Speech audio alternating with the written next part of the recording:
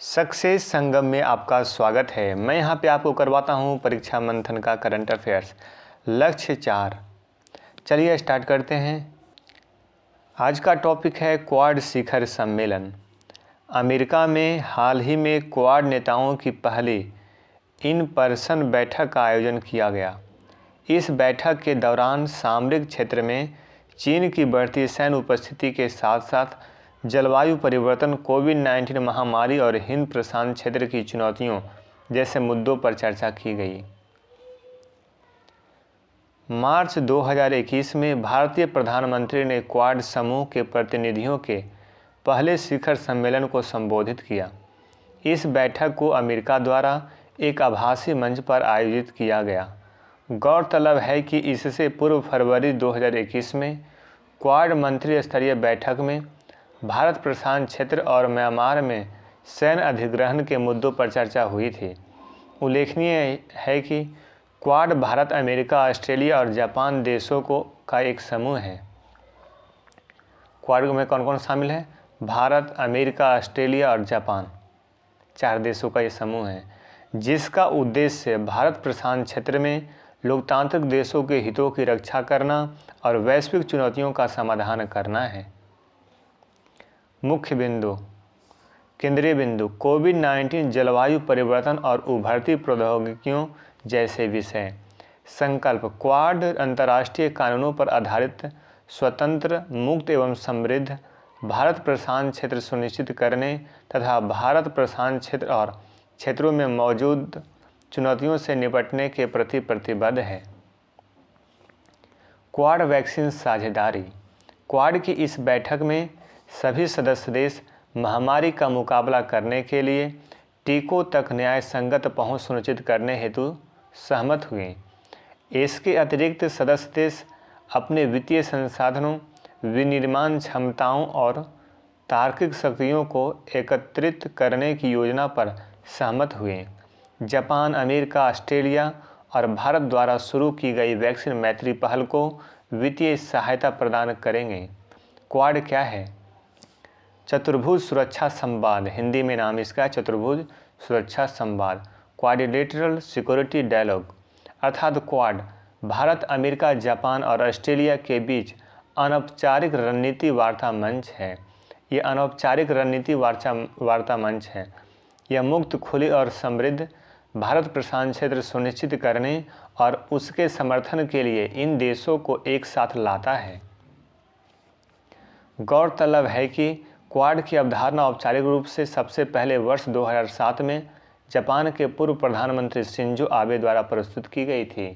सबसे पहले इसकी प्रस्तुति किसने की थी? Shinzo Abe. कहाँ के प्रधानमंत्री थे? तो जापान के। हालांकि चीन के दबाव में ऑस्ट्रेलिया के पीछे हटने के कारण इसे आगे नहीं बढ़ाया जा सका। वर्ष 2017 तक यह संगठन निष्क्रिय रहा। 2007 में शुरू किया था शिंजो आबे, पूर्व प्रधानमंत्री जापान का, क्वाड की अवधारणा को, और ये 2017 तक निष्क्रिय रहा और 2017 के बाद इस पर फिर से इसके उद्देश्य की पूर्ति के लिए आगे बढ़ा गया। वर्ष 2017 में एक बार फिर क्वाड देश फिर से मिले। इनकी पहली वार्ता हुई जिसका उद्देश्य चीन के बढ़ते प्रभाव को रोकना था। ठीक है, ये निष्क्रिय क्यों बने थे? 2007 से 17 तक ये निष्क्रिय क्यों बने रहे? क्योंकि चीन के दबाव में ऑस्ट्रेलिया के पीछे हटने के कारण इसे आगे नहीं बढ़ाया गया। चीन का दबाव था किस पर? ऑस्ट्रेलिया पर। तो इसलिए थोड़ा यहाँ पे ये निष्क्रिय बन गया था 2017 तक। लेकिन इसके 2017 के बाद फिर से एक बार मिला क्वाड और चीन के बढ़ते प्रभाव को रोकने का प्रयास किया जा रहा है।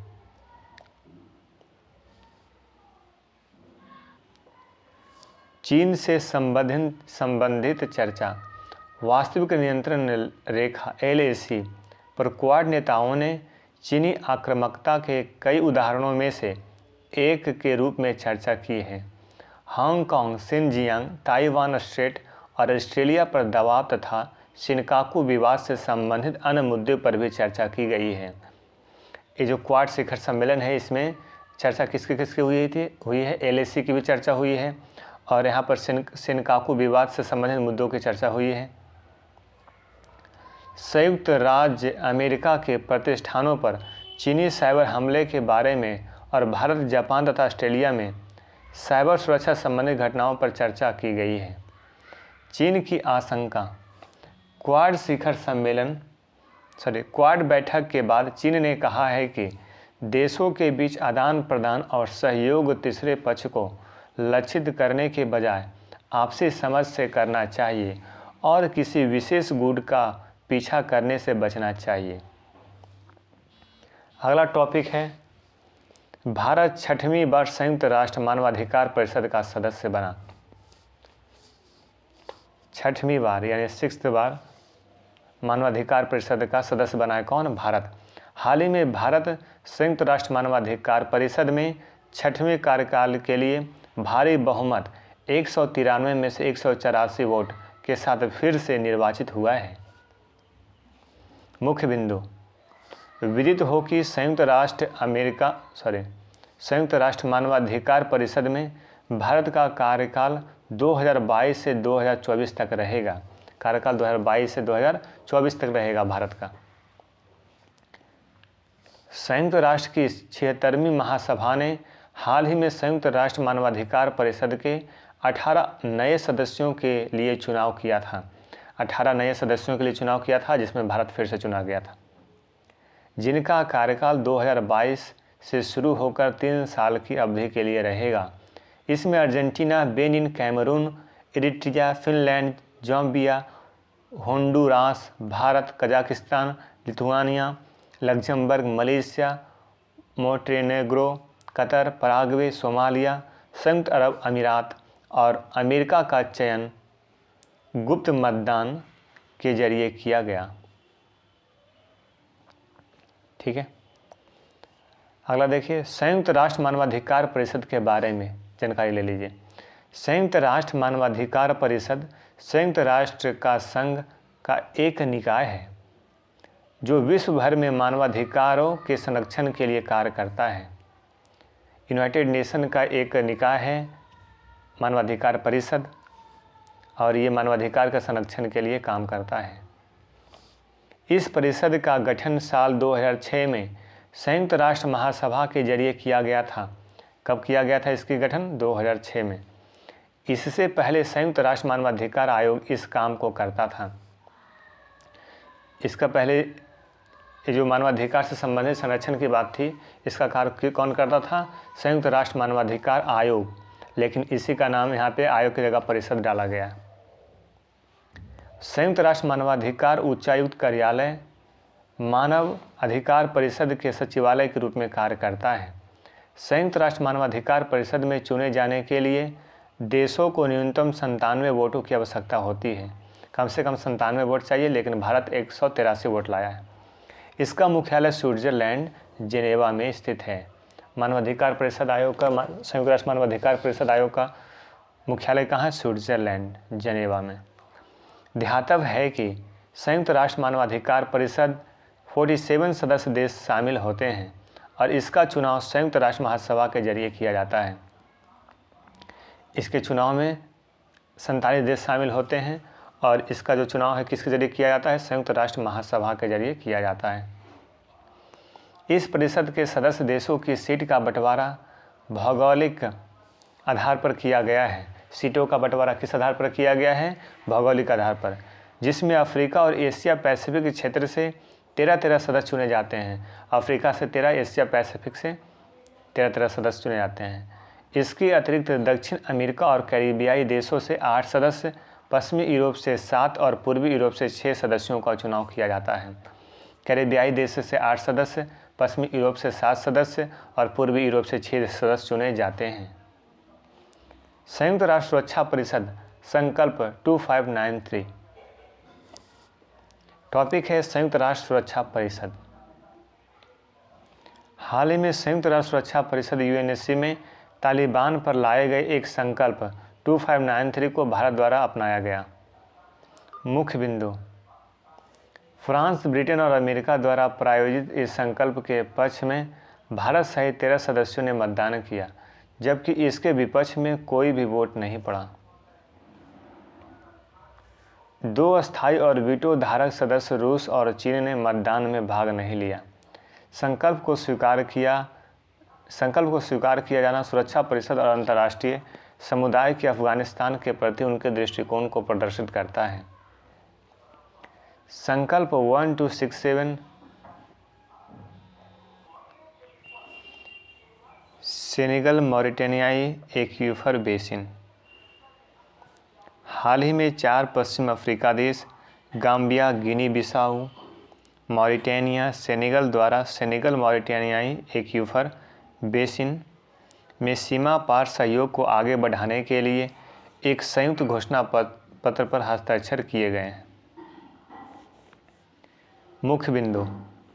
विदित हो कि सेनेगल मॉरिटेनियाई एक्यूफर बेसिन उत्तर पश्चिम अफ्रीका के अटलांटिक किनारों पर सबसे बड़ा बेसिन है और इसका क्षेत्रफल 3,50,000 वर्ग किलोमीटर है। इस क्षेत्र में रहने वाले 24 मिलियन से अधिक आबादी पेयजल और अन्य ज़रूरतों के लिए इस बेसिन पर निर्भर है। उल्लेखनीय है कि सेनेगल द्वारा वर्ष 2018 में संयुक्त राष्ट्र यूरोपीय आर्थिक आयोग UNECE जल अभिसमय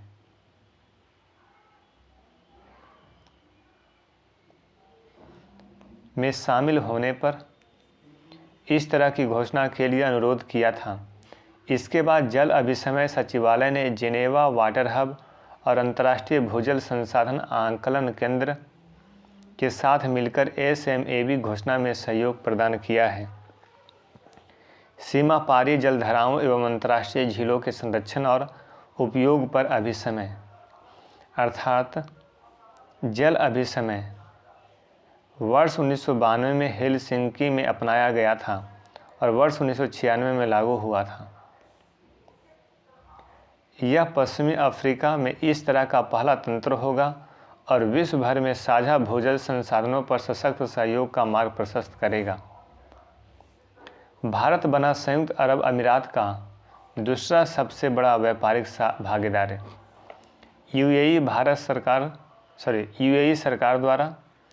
UAE सरकार द्वारा सितंबर 2021 की छमाही में संयुक्त अरब अमीरात का चीन के बाद दूसरा सबसे बड़ा व्यापारिक भागीदारी देश बन गया है। मुख्य बिंदु। UAE का भारत के साथ व्यापार वर्ष 2021 की पहली छमाही में 74.5% की वृद्धि के साथ $18.3 बिलियन पहुंच गया है। दुबई सरकार के अनुसार अमीरात का 2021 की पहली छमाही में चीन के साथ 86.7 बिलियन दिरहम का व्यापार हुआ। इसके बाद भारत दूसरे और अमेरिका तीसरे स्थान पर रहा है। भारत के साथ व्यापार वर्ष 74.5% से बढ़कर 67.1 बिलियन दिरहम हो गया है, जो 2020 की पहली छमाही में 38.5 बिलियन दिरहम था। चीन ने वर्ष 30.7% की वृद्धि दर्ज की है। इसमें दुबई के साथ कुल व्यापार 2020 की पहली छमाही में 66.3 बिलियन दिरहम था। 2021 के पहले छमाही में अमेरिका ने दुबई के साथ 32 बिलियन दिरहम का व्यापार किया, जो 31.7 बिलियन दिरहम से सालाना आधार पर 1% अधिक है। दुबई के व्यापारिक वस्तुओं की सूची में 138.8 बिलियन दिरहम के साथ सोना सबसे ऊपर है, जो कि दुबई के कुल व्यापार का 19.1% हिस्सा है। तत्पश्चात टेलीकॉम 13% का दूसरा स्थान है। ऑकस त्रिपक्षीय गठबंधन। हाल ही में संयुक्त राज्य अमेरिका, ब्रिटेन और ऑस्ट्रेलिया ने एक नए त्रिपक्षीय रक्षा समझौता ऑकस में कौन कौन शामिल है? America, Britain, Australia. ए से ऑस्ट्रेलिया, यूके से यूनाइटेड किंगडम और यूएस से यूनाइटेड स्टेट।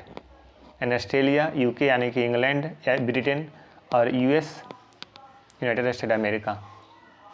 ऑकस में ये 3 देश शामिल है। इसके अंतर्गत अमेरिका और ब्रिटेन ऑस्ट्रेलिया को परमाणु ऊर्जा से संचालित पनडुब्बियों का बेड़ा तैयार करने में सहायता करेंगे। मुख्य बिंदु: इस समझौते को हिंद प्रशांत क्षेत्र में स्थिरता को बढ़ावा देने की दिशा में एक महत्वपूर्ण कदम माना जा रहा है। अमेरिका राष्ट्रपति जो बिडेन के अनुसार तेजी से उभर रहे खतरों से निपटने के लिए अमेरिका और ब्रिटेन ऑस्ट्रेलिया के साथ कृत्रिम बुद्धिमत्ता, साइबर वारफेयर, क्वांटम कंप्यूटिंग एवं परमाणु पनडुब्बी निर्माण जैसे क्षेत्रों में खुफिया एवं उन्नत तकनीक साझा करेंगे। इस समझौते का प्रमुख उद्देश्य हिंद प्रशांत क्षेत्र में भागीदारों के रणनीतिक हितों की रक्षा करना है। अमेरिका एवं ब्रिटेन के साथ ऑकस समझौते होने के बाद ऑस्ट्रेलिया ने फ्रांस के साथ वर्ष 2016 में किए गए 12 पारंपरिक पनडुब्बियों के समझौते को रद्द कर दिया है। ऑकस क्वाड से भिन्न कैसे है? ऑकस अमेरिका, इंग्लैंड और ऑस्ट्रेलिया 3 देशों के बीच एक सुरक्षा गठबंधन है, जबकि क्वाड जो है भारत, जापान और ऑस्ट्रेलिया एक मुक्त, खुले, पारदर्शी और समावेशी हिंद प्रशांत के दृष्टिकोण के साथ एक बहुपक्षीय समूह है। इसकी दृष्टि कहाँ है? हिंद प्रशांत क्षेत्र पर। ये मुक्त, खुले और पारदर्शी समूह है। और ऑकस जो है इसमें भी 3 देश है, लेकिन इसमें अमेरिका है, इंग्लैंड है और ऑस्ट्रेलिया है। और ये सुरक्षा गठबंधन है। ठीक है। 2004 में भारत में आई भीषण सुनामी के समय ही क्वाड की अनौपचारिक शुरुआत हो गई थी। 2004 में अनौपचारिक शुरुआत हो गई थी, लेकिन ये 2007 से। इसके बाद वर्ष 2007 में जापान के तत्कालीन पीएम शिंजो आबे ने क्वाड की संकल्पना पर जोर दिया। क्वाड का मकसद चीन की बड़ी चुनौतियों पर लगाम लगाना था। वर्ष 2017 में क्वाड को और ज़्यादा मजबूती मिली। पूर्व अमेरिकी राष्ट्रपति ट्रंप और वर्तमान की बाइडेन सरकार इसे बढ़ावा दे रही है। इससे जुड़ा सैन्य अभ्यास मालाबार है। ठीक है। मालाबार क्वाड देशों के साथ जुड़ा हुआ सैन्य अभ्यास है। ऑकस संयुक्त राज्य अमेरिका, यूनाइटेड किंगडम और ऑस्ट्रेलिया के बीच एक त्रिपक्षीय सुरक्षा गठबंधन है। यह 15 सितंबर 2021 को शुरू किया गया था।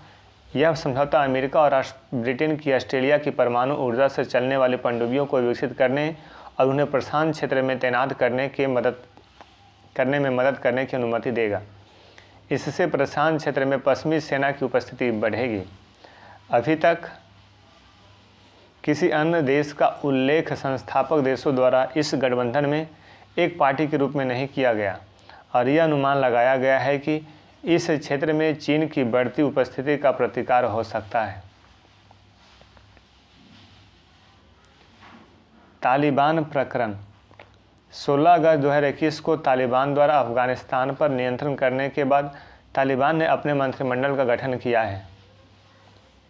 मुख्य बिंदु: नई सरकार में मुल्ला मोहम्मद हसन अखुंद को अफगानिस्तान का नया प्रधानमंत्री बनाया गया है। अफगानिस्तान का नया प्रधानमंत्री का नाम याद रखिए, मुल्ला मोहम्मद हसन अखुंद। मुल्ला मोहम्मद हसन अखुंद अफगानिस्तान का नया प्रधानमंत्री। मुल्ला बराबदर और मौलवी हन्नाफी को उप प्रधानमंत्री बनाया गया। बराबदर और मौलवी हनाफी को क्या बनाया गया है? उप प्रधानमंत्री।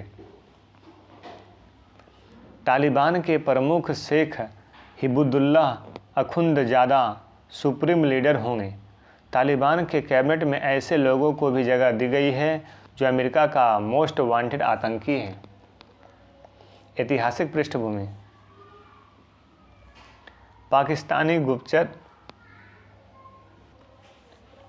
एजेंसी इंटर सर्विसेज इंटेलिजेंस ने मदरसों के अफ़गान छात्रों को भड़काकर वर्ष 1990 के दशक में सोवियत सेनाओं के विरुद्ध तालिबान को जन्म दिया। इसे सऊदी अरब समेत कई खाड़ी देशों से पैसा मिलता था। तालिबान एक इस्लामिक कट्टरपंथी राजनीतिक आंदोलन है। अफ़गानिस्तान को पाषाण युग में पहुंचाने के लिए तालिबान को जिम्मेदार माना जाता है। अमेरिका का प्रवेश: वर्ष 2001 में न्यूयॉर्क में आतंकी हमले के बाद तालिबान दुनिया की नज़रों में आया है। इसी दौरान 7 अक्टूबर 2001 को अमेरिका ने अफ़गानिस्तान पर हमला कर दिया था। अमेरिका सेना ने तालिबान को सत्ता से बेदखल कर दिया। दिसंबर 2001 में संयुक्त राज्य अमेरिका के सहयोग से हामिद करजई को अफ़गानिस्तान का अंतिम प्रशासनिक प्रमुख बनाया गया था। अंतिम प्रशासनिक प्रमुख कौन था? हामिद करजई को। वर्ष 2004 में अफ़गानिस्तान का संविधान अस्तित्व में आया। संविधान के प्रावधानों के अधीन रहते हुए अफ़गानिस्तान ने अक्टूबर 2004 में लोकतांत्रिक प्रक्रिया का पालन करते हुए अपने पहले राष्ट्रपति का निर्वाचन किया। वर्ष 2009 में बराक ओबामा के राष्ट्रपति बनने के बाद अफ़गानिस्तान में शांति बहाली की प्रक्रिया को पुनः प्रारंभ करने के लिए अधिक संख्या में अमेरिकी सैनिकों की तैनाती की गई। मई 2011 में पाकिस्तान के एबटाबाद में 9/11 हमलों के मास्टरमाइंड ओसामा बिन लादेन को अमेरिकी सेनाओं द्वारा मार दिया गया। वर्ष 2015 में अमेरिका ने तालिबान और अफ़गान सरकार के बीच पहली बैठक में एक प्रतिनिधि भेजा था, जिसकी मेज़बानी पाकिस्तान द्वारा 2015 में मुरी में की गई थी। हालांकि मुरी वार्ता से कुछ प्रगति हासिल नहीं की जा सकी। वर्ष 2020 में दोहा वार्ता की शुरुआत से पूर्व तालिबान ने स्पष्ट किया कि वे केवल अमेरिका के साथ प्रत्यक्ष वार्ता करेंगे, न कि काबुल सरकार के साथ। इसके पश्चात हुए एक समझौते में अमेरिकी प्रशासन ने वादा किया कि वह 1 मई 2021 तक अफ़गानिस्तान से सभी अमेरिकी सैनिकों को वापस बुला लेगा। कुछ समय बाद इस समय सीमा को बढ़ाकर 11 सितंबर 2021 कर दिया गया।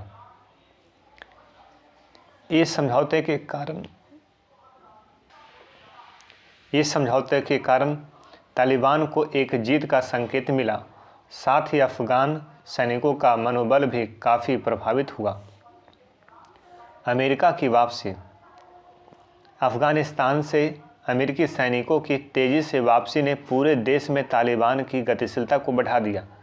अमेरिका ने पुष्टि की है कि उसके 90% सैनिकों की वापसी हो चुकी है और तालिबान ने दावा किया है कि अफ़गानिस्तान के 85% क्षेत्र पर उसका नियंत्रण है। तालिबान कौन है? तालिबान एक सुन्नी कट्टरपंथी संगठन है जो अफ़गान राजनीति में शामिल है। यह एक सैन्य समूह भी है जो अफ़गानिस्तान में निर्वाचित सरकार के खिलाफ विद्रोह में शामिल है। तालिबान ने 1996 से 2001 तक देश के लगभग 3/4 हिस्से को नियंत्रित किया और वहाँ यह शरिया या इस्लामी कानून को सख्ती से लागू करने के लिए कुख्यात था। इस अवधि में मानवाधिकार का व्यापक दुरुपयोग हुआ था, विशेष रूप से महिलाओं के खिलाफ। मुल्ला उमर को तालिबान का संस्थापक माना जाता है। 2013 में उसका निधन हो गया। तालिबान आधिकारिक तौर पर खुद को अफ़गानिस्तान के इस्लामिक अमीरात के रूप में संदर्भित करता है। पश्तो में तालिबान शब्द का अर्थ है छात्र। ठीक है। अगला टॉपिक है अफ़गानिस्तान पर G20 असाधारण शिखर सम्मेलन। मिलते हैं अगले वीडियो में। तब तक के लिए आप वीडियो को जो पीछे डाले गए हैं उसे 2 बार 3 बार 4 बार आप देखते रहिए और टेलीग्राम चैनल ज्वाइन कर लीजिए। वहाँ आपको जो भी PDF वगैरह मटेरियल है मैं वहाँ पे प्रोवाइड कर दूँगा। Okay bye, thank you.